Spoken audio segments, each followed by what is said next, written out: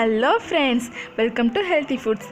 இன்றைக்கி நம்ம சூப்பரான ரொம்ப ஹெல்த்தியான ஒரு கேக் ரெசிபி பார்க்க போகிறோம்.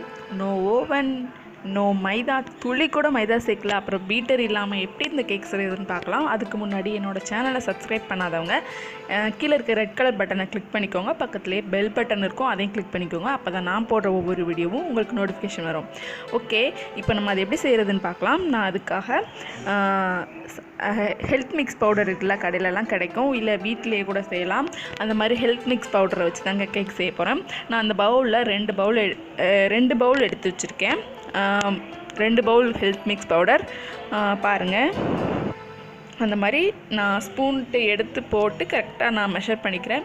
ஏன்னா அந்த கேக் ரெசிபி அப்படின்னு சொல்லும் போதே மெஷரிங் தான் ரொம்ப முக்கியமான விஷயம். 2 பவுலுக்கு நான் 1.5 டீஸ்பூன் பேக்கிங் பவுடர் வச்சுருக்கேன். பேக்கிங் சோடா இல்லை, பேக்கிங் பவுடர்.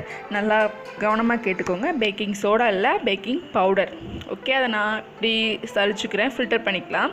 ஏன்னா அதில் இந்த மாதிரி கண்டிப்பாக எல்லா ஹெல்த் மிக்ஸ் பவுடர்லேயுமே இருக்கும்.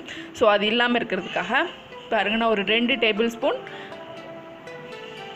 பட்டர் சேர்த்துக்கிறேன். அதை நம்ம கையால் நல்லா கிளறி விட்டுக்கலாம். ஒரு பிரெட் க்ரம்ஸ் பதத்துக்கு நம்ம கிளறி விட்டுக்கணும். பட்டரோட அந்த பேக்கிங் பவுடரோட கலந்துக்கணும். ஸோ அந்த மாதிரி கையாலேயே நீங்கள் கிளறலாம். பாருங்கள், இந்த மாதிரி ஒரு பதத்தில் இருக்கணும், பிரெட் க்ரம்ஸ் மாதிரியே இருக்கணும் தொட்டு பார்க்கும்போது. ஸோ அந்த மாதிரி நம்ம ரெடி பண்ணி வச்சுக்கலாம்.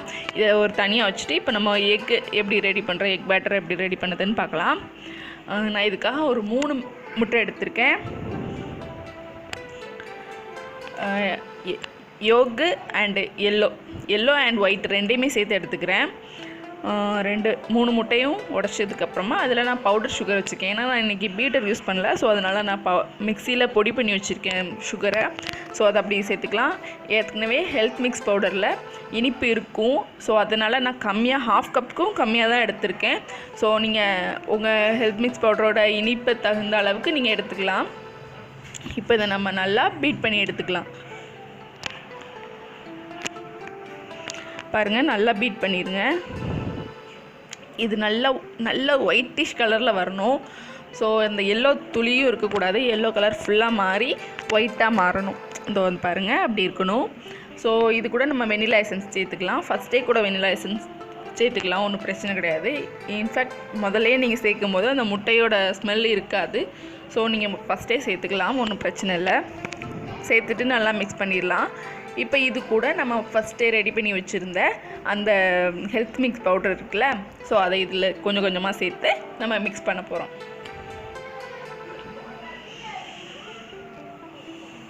ரொம்ப ஹெல்த்தி. ஹெல்த் மிக்ஸ் பவுடர் வந்து சாப்பிடாதவங்க கூட இப்படி செஞ்சு கொடுத்திங்கன்னா அது அப்படி தெரியவே செய்யாது. ஏதோ புட்டிங் கேக் சாப்பிட்ற மாதிரியே தான் ஒரு ஃபீல் இருக்கும். கண்டிப்பாக ஹெல்த் மிக்ஸ் பவுடர்னு அவங்களுக்கு தெரியாது. ஸோ இதை நீங்கள் தாராளமாக கொடுக்கலாம். இல்லைனா ஹெல்த் மிக்ஸ் பவுடரில் வெறும் சாதாரணமாக கூழ் மாதிரியோ அப்படி தான் சாப்பிட முடியும். இது ரொம்ப டிஃப்ரெண்ட்டாக இருக்கும். ஸோ ட்ரை பண்ணி பாருங்கள் உங்கள் வீட்டில். இப்படி பாருங்கள், கொஞ்சம் கொஞ்சமாக சேர்த்து அப்படி நம்ம மெதுவாக மிக்ஸ் பண்ணலாம். ஒரே சைடாக மிக்ஸ் பண்ணுங்கள், அந்த சைடு இந்த சைடை மாற்றாதீங்க. ஸோ ஒரே பக்கமாக மிக்ஸ் பண்ணணும். மிக்ஸ் பண்ணும்போது பீட்டர் இருக்கிறவங்க எக்கு முடித்ததுக்கப்புறமா மாவு சேர்க்கும் போது 15 மினிட்ஸ் அளவுக்கு நீங்கள் இது பண்ணால் போதும். பீட்டரில் கரெக்டாக 15 மினிட்ஸ் போதும். அதுக்கு மேலே பீட்டர் வச்சு பீட் பண்ணாதீங்க, கேக் ரொம்ப ஹார்டாயிரும். அதே போல் மெஷர்மெண்ட்ஸும் ரொம்ப முக்கியம். மெஷர்மெண்ட் கரெக்டாக இல்லைன்னா கேக் சரியாக வராது. ஸோ பாருங்கள்,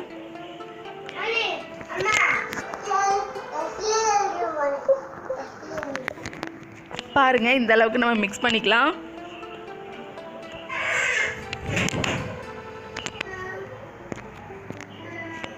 மிக்ஸ் பண்ணிவிட்டு நான் ஏற்கனவே ஒரு பவுலை ரெடி பண்ணி வச்சுருக்கேன். பட்டர் போட்டு இது பண்ணி வச்சுருக்கேன். ஸோ அதில் வந்து நம்ம இந்த பேட்டரை ஊற்றிக்கலாம்.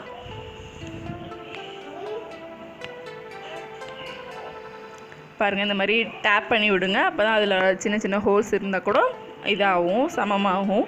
ஸோ அதுக்காக தான். பாருங்கள், நான் ஏற்கனவே இட்லி பாத்திரத்தில் உப்பு போட்டு வச்சுருக்கேன். இந்த இட்லி தட்டையை கவுத்தி போட்டுக்கலாம். அப்போ தான் அந்த பவுலை வந்து அதில் வைக்க முடியும், அந்த கேக் பேனை வந்து அதில் வைக்க முடியும். ஸோ அதுக்காக தான் வச்சுட்டு க்ளோஸ் பண்ணிட வேண்டியதான். இது ஒரு 30 to 35 மினிட்ஸ் நீங்கள் வச்சு எடுத்திங்கன்னா போதும். நம்மளோட கேக் ரொம்ப ஹெல்த்தியான கேக் ரெடி ஆகிடும். ஸோ பாருங்கள், என்னோடய கேக் ரெடி ஆகிடுச்சு. ரொம்ப சாஃப்டாக இருக்கும், டேஸ்டியாகவும் இருக்கும். இதுக்கு நீங்கள் சாக்லேட் பவுடர் தேவைப்பட்டால் கூட யூஸ் பண்ணிக்கலாம். இது ஏற்கனவே டேஸ்ட் இருக்கும் இதில் அப்படிங்கிறதுனால நான் சாக்லேட் பவுடர் யூஸ் பண்ணலாம். நான் இதுக்கு மேலே டெக்கரேட் பண்ணுறதுக்காக சாக்லேட் பவுடர் யூஸ் பண்ண போகிறேன்.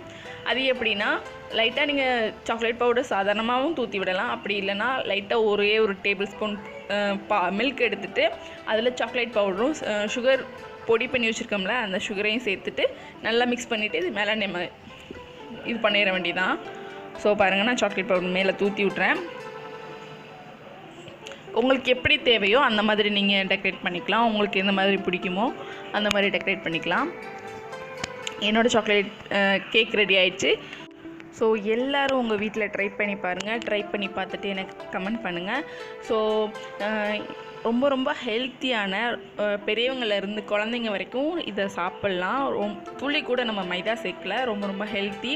ஸோ வீடியோ பார்த்ததுக்கு ரொம்ப தேங்க்ஸ். வீடியோ பிடிச்சிருந்துச்சுன்னா உங்கள் ஃப்ரெண்ட்ஸோட ஷேர் பண்ணுங்கள். ஓகே, தேங்க்யூ, பாய்.